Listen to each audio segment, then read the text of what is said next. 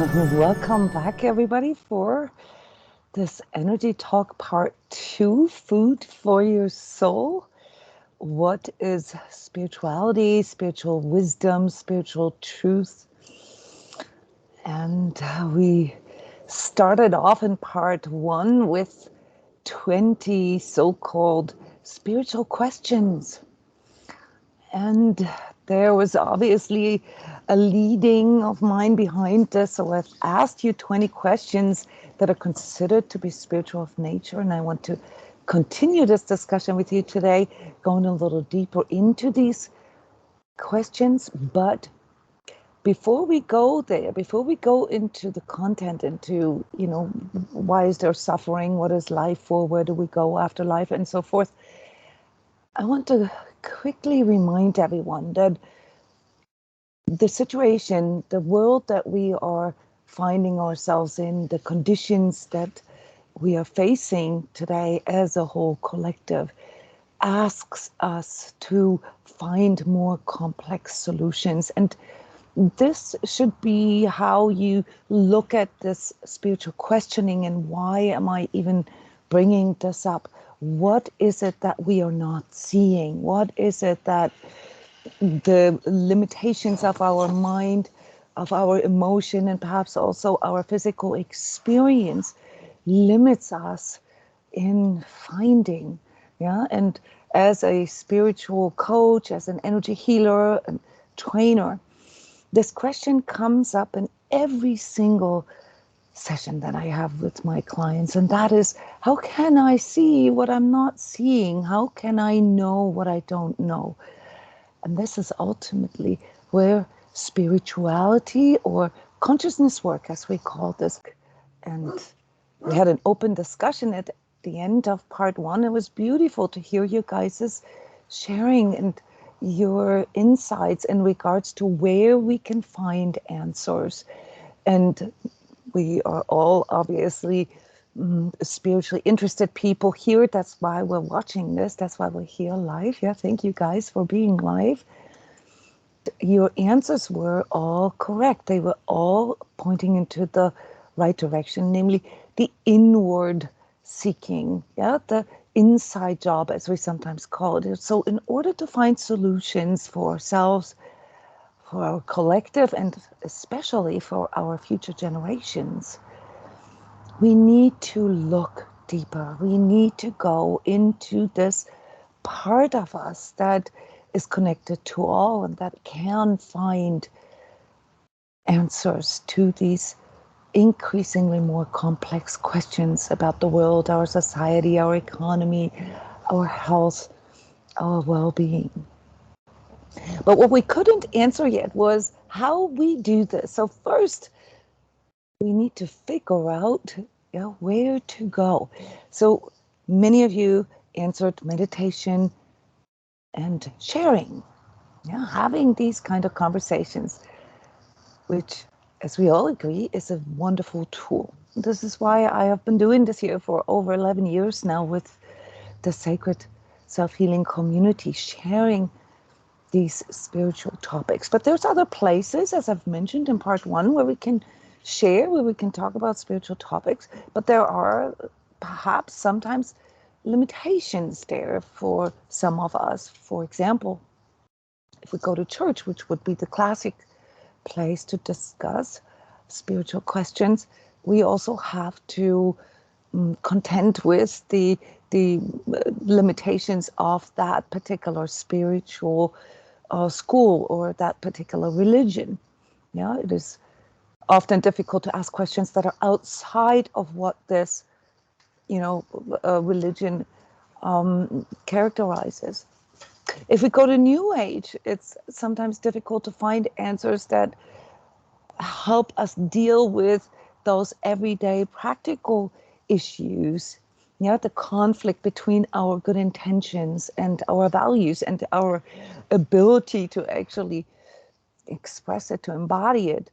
New Age has a way of idealizing things. Obviously, there is, a purpose in, looking at how it should be and what it, what it could be. All right. But a lot of times it leads us into like our inner duality, where we find ourselves questioning ourselves rather than, these ideals. If we turn to psychology, well, we often feel the limitations of diagnoses or labels or models or theories, which can also feel like it's not fully representing ourselves. So here I am, after all these years and 800 videos explaining, lecturing, workshopping, seminaring about human consciousness.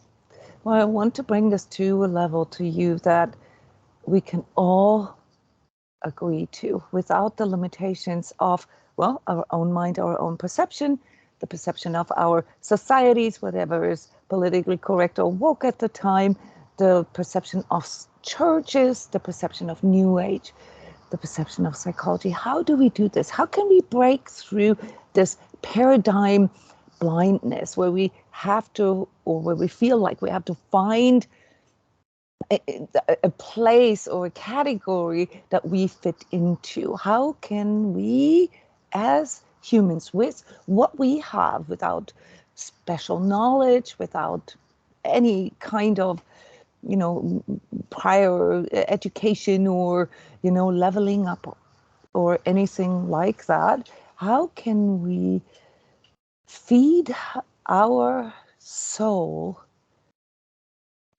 Now, coming back to the title of this series, on our own. And the reason why I asked where do we turn is because we already understand that if we are caught in our own paradigm blindness, which is our mind, this has a lot to do with how we were conditioned, what society, what culture, what kind of, worldview and life view we were raised with. Okay, we cannot really find answers that lie outside of this. So really the question is, how can we break through our own paradigm blindness? Believing that the things that we are familiar with, that we are used to, are the only way or the only place to find answers. And why is it important to look at what we're feeding ourselves with? So this is where I left you off last time. We investigated the quality of what we're feeding ourselves with on a physical level. Diet, exercise, lifestyle, and so forth. On an emotional level, relationship values, etc. On a mental level, our mindsets, our constructs that we operate within. And today I want to talk to you guys about how we can feed our soul. The soul as being the part of us that is, if you will, unchanging, if you agree to the view that you are a soul that is having a spiritual experience and not a physical body that is having a spiritual experience. This is a big presumption here for all of us. Most of you spiritually interested people have that understanding somehow intuitively. You know that there's a part of you that is not bound to the 3D, that is not bound to your body, your emotions, or your thoughts. And yes, that is what we call consciousness. That is what can lead us to our soul, to our spiritual experience. So there is an intermediary between this physical experience, body, emotion, and mind, and soul. And that is what we call this conscious journey.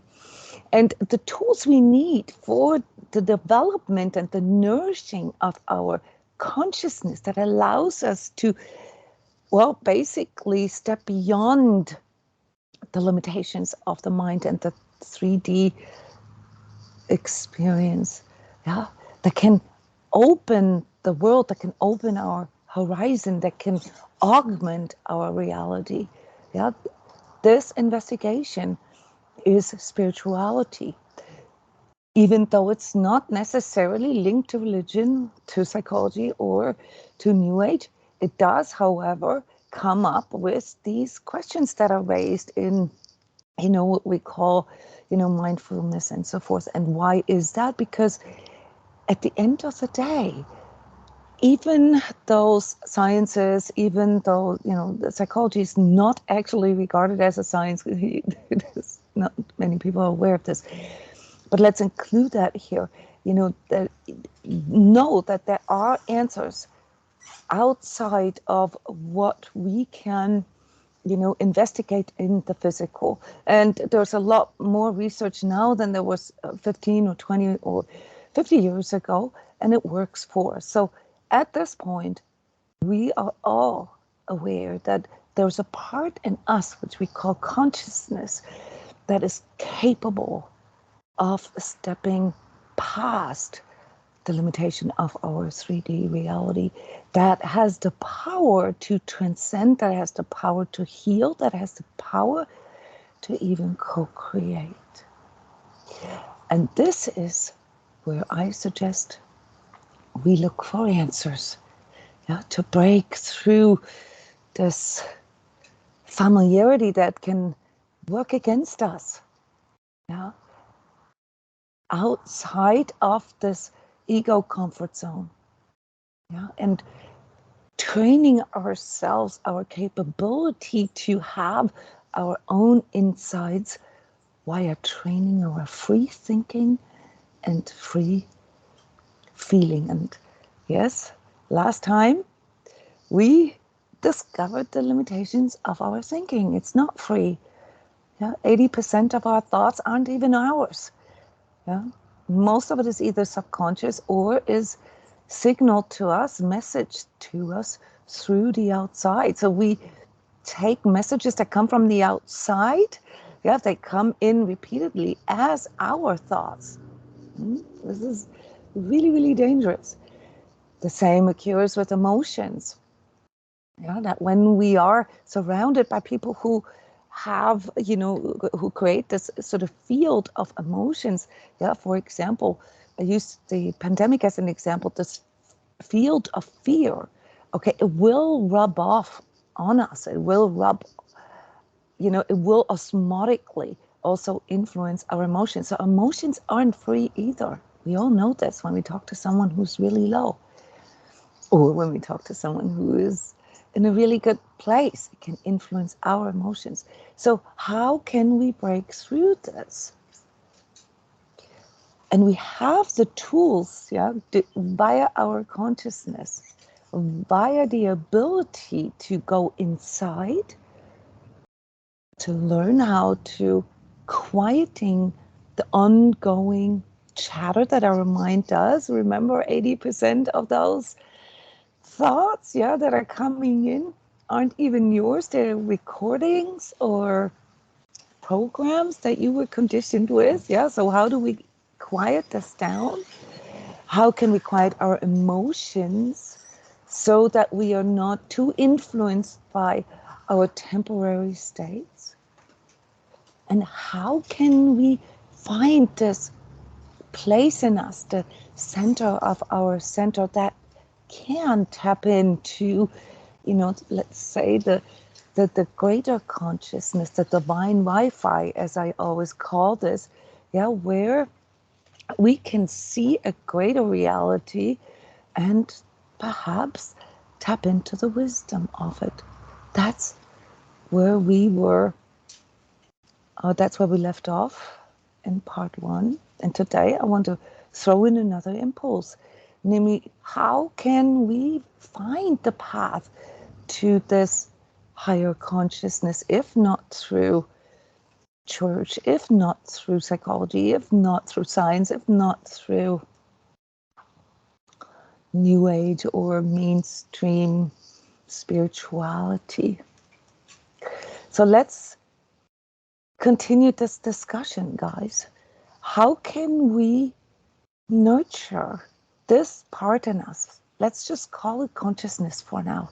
How can we nurture, train, and feed this part? How can we refine this part? How can we do this? What's your experience? You guys, years, many of you are on this journey for decades. Yeah, some of you are on this journey with me as your guide here in questions of the consciousness and spirituality. But you can get there through yourself. That's my main statement. So what has worked for you guys? And what are some of the issues that you're encountering here? What are the things that work with you to find answers to these? Well, it's an excerpt really with these 20 spiritual questions that I asked you. How do you get there? Do you really try to do this all on your own? Or like Annette shared last time, do you get your impulses from others? Or like Linda shared last time, do you get your impulses from a guide like me, for example, yeah, who has programs and courses and sessions and so forth, training how to get them? Yes, so Linda, wonderful. You nailing it. You say your experience is that the power to hear, yeah, whatever is coming from this field of consciousness is amplified when we gather with like-minded groups. And that's really where, churches come in, and, lots of other groupings. Actually, this is also where social media comes in, because it's on some level meeting this need that we all have to gather with like-minded. But there are problems with that. Yes, such as like we do here in the Sacred Self-Healing Community, daily online meditations where we can gather to do a 20-minute meditation together, yeah, and then talk about it at transCODES. But besides that, what would you recommend to other people? Where to find answers? And please share into the microphone. What kind of answers have you found? Let's go through some of these questions and share with us how you got there. Question number 1. Why is there suffering in the world? Yeah, with all the things that we are going through right now that is being revealed, why is there suffering? Why do you think whatever this higher power, this, creation power here that created all this, us, the world, to continually evolve, why is there discomfort and suffering? What is the purpose of suffering seen from a spiritual or consciousness perspective? Go ahead. Yeah, it gives you an opportunity to grow. If you don't want to stay in suffering. So you say it gives you an opportunity to grow. Yeah. Am I hearing that it motivates Yes, people exactly. to grow? Yeah. Okay. It can do that. I can do that. Yeah. Yes. Not for everybody, but Wouldn't it be nicer to be able to do that without the pain, without the suffering? yes. Yes. And so what's But your experience? yeah, How likely are we going to do this? no, that's not that likely. Why is it not that likely that we get motivated to grow and to evolve and to step outside of our comfort zone without at least a little bit of discomfort, a little bit of suffering? Why do you think that is? I think the ego likes to stay where it is at. Yeah. Even if it's not Exactly. healthy? It's comforting. Yeah, it's too comforting. Okay, so are you pointing at the familiarity that can sometimes work against us that I Yeah. mentioned Yeah. earlier? So is this what you have identified, Annette, that suffering to a point is a tool for growth? Yes, it can be for some. Mm-hmm. Not for everybody. Not for everybody, no. There are obviously cases where it's very hard to psychologically and psychically understand why there needs to be so much suffering. Yeah, so let's take every statement here in a way that that we don't go into like black and white with it. Okay, it's not obviously that the trauma or the pain that individuals experience at sometimes in their lives is just in place for the person to grow.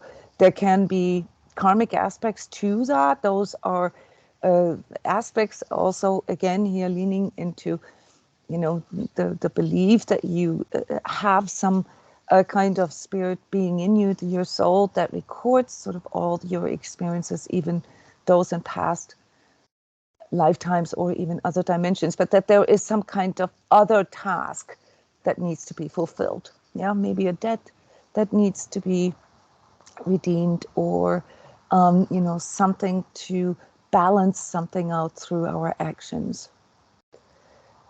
Yes, so Sean is commenting here, separation can lead to suffering, as well as infringing on others. That's true, but we weren't really so much investigating how suffering comes about, because we are all very good at ruminating about what caused suffering. The question is, what's the purpose of suffering? And this statement here that Annette made is quite a provocative statement. Yeah. And while I agree with you, Annette, I do want to put this up for questioning here and for discussion. Can suffering be a tool or even a motivation for growth? What do you guys think? Would we change something if everything is hunky-dory? Would we ever grow? What do you guys think? No. I don't think so. Do you guys agree with Annette's insight that a little bit of suffering is needed? Okay, but when we look at these big things, these things that manifest collectively, like the earthquake in Turkey and Syria, yeah, the cyclone in New Zealand, the issues with the health issues around the world right now, the environmental issues here in the United States. I mean, that's a lot of suffering for a lot, if not millions, of people. But they didn't all bring this about themselves. So how do you see collective suffering? Things that our entire society has to go through at a specific time here, in our history. Let's take the world wars from last century. Do you think it's individuals that felt motivated to change something and brought about the suffering? Yeah. Are these leaders that caused the world wars, are they some kind of spiritual avatars that realize that if they bring a lot of suffering to the world, that people will finally change something?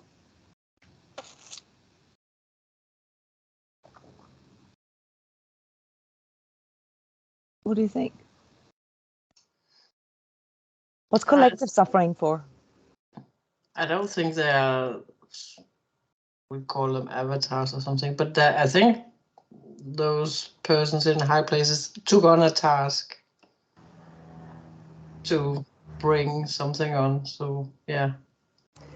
Well, yeah, I mean, we've experienced this year, especially in the last 3 years, but, it has always been the case that people in high places, the powers that be, that they can influence this. But do we really believe that the agenda or the the reasoning behind bringing on suffering through the political decisions or, the administrational decisions and so forth is for the good, the greater good of all, for the growth, the consciousness growth, the evolution of mankind?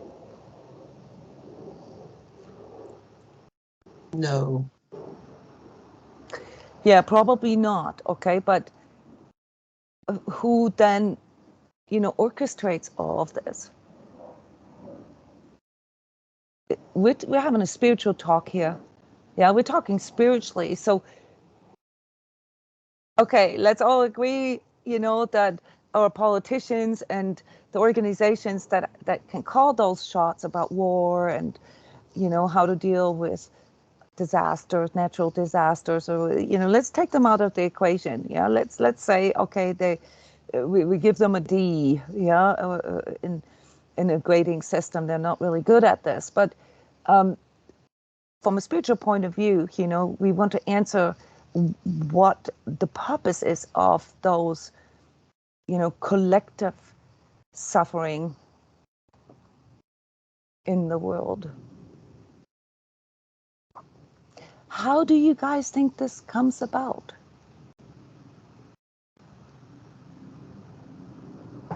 Is there maybe something about with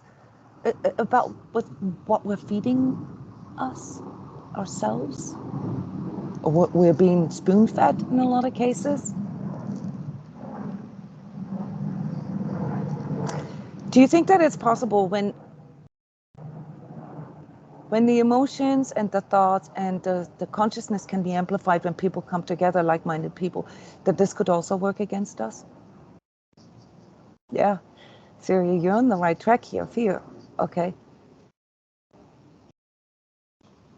Can you elaborate on that? It's just a word. You say if we stay in peace, we will not feed them. What kind of peace are you referring to? Are you referring to physical peace between nations? Are you referring to emotional peace, peace of mind, or, peaceful sentiments and alignments? Inner peace. Okay, so you're referring to the sentiments. Can you elaborate on this? Would you mind, Syria? This is a really important clue here for all of us. If we want to understand what collective suffering is about and what the purpose of it is, we want to find out how to mitigate that, how to work against this, how to maybe turn this around, how to transcend it, how to break through it.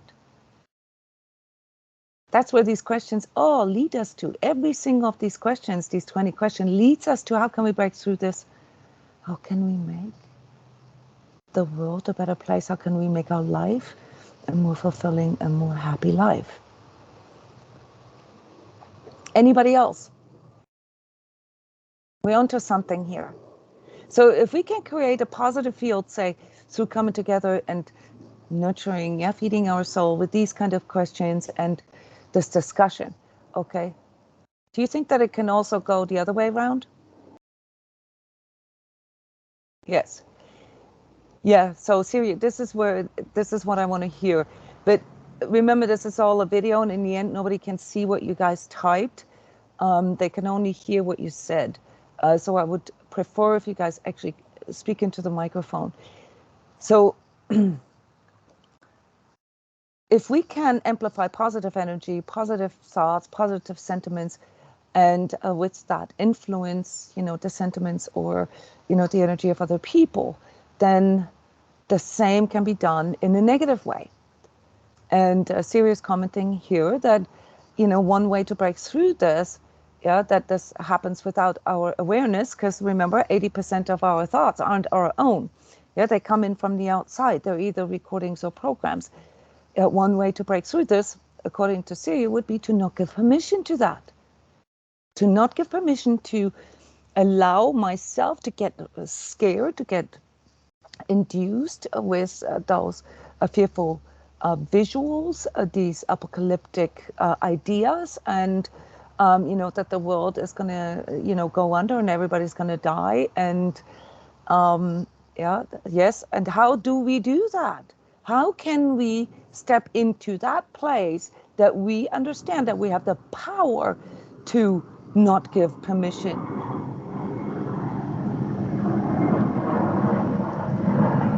How can we get there?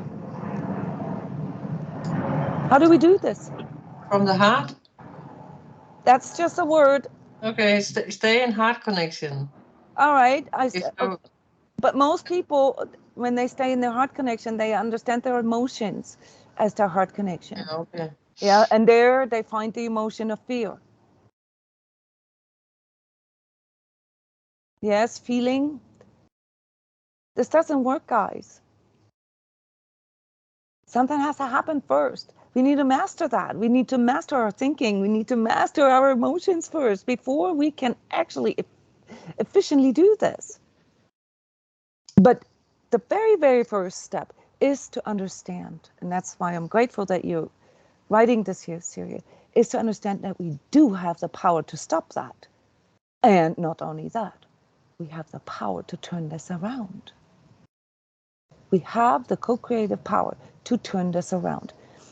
Collective suffering is a consequence, not a cause, a consequence of the sentiments, the emotions, and the thoughts, aware or unaware, as we know, most of them are unaware, of all humans on this planet.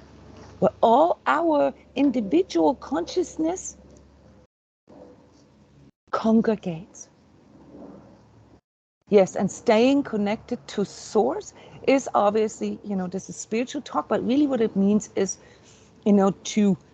I call this mastering our mind, emotion, and our body, yeah, to understand how we function, also where the pitfalls are, yeah, and through our own individual work, which is what we call consciousness work, weed all these things out that are being fed from the outside, yeah, and go straight to higher consciousness that can provide us with hope, that can provide us with courage, that can provide us with support and food for our soul. So we call this heart connection, yeah, the pathway to our soul, and anything that feeds our heart, that nourishes our heart. I'm not talking about emotions here, I'm talking about the things that our heartfelt desire, love and peace and fulfillment and purpose and meaning, family, beauty, nature, those kind of things that connect us all, that we find in our heart. And the more we strengthen that connection with our heart, the more we strengthen our consciousness in its alignment, yeah, to the power, to the higher power that can not only neutralize, but also win over this, paradigm blindness, yeah, this spoon-fed, these spoon-fed ideas, life views, and sentiments that are currently steering us into more suffering. So personally, I call this weeding out the collective field. This is why I've created an energy calendar. Currently, it's mostly just highly sensitive people and energetically sensitives who are familiar with what this even means. I read out the collective field, report about it every month. We talk about it here in these energy talks, and on my website, transcodes.com, there is an interactive energy calendar where you can read the energetic quality of every day. There's a barometer that shows you, what these days bring in as energetic quality here through the collective and how to mitigate this. Yes.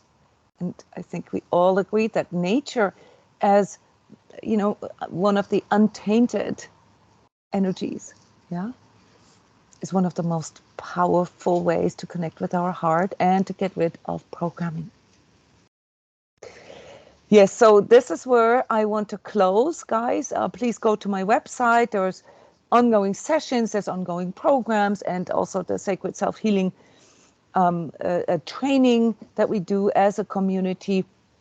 Coming up here next is the energetic tune-up. That's where I read out the collective field for the next month and read out those who come to this session, their personal energy field, reflecting back to you what you need to focus on, or what your energy tells you what you need to focus on, basically for the next month, which is March. And then we have the Sacred Heart 3-day energetic self-healing marathon coming up next week, that allows you to experience your heart connection, to feed it and to nurture it from within yourself, as a group of people who choose to do this together. Yes, wonderful. Thank you so much. I see you again next week in our energy talk. We're going to talk about March energies, but there will be a third part where we go through these questions. Yeah, so we've answered question number 1. We're going to go through all these other questions together, applying our consciousness through spiritual questioning. Wonderful. Thank you so much for coming and for participating, especially for sharing. Keep sharing in the comments. Stay conscious. Bye-bye.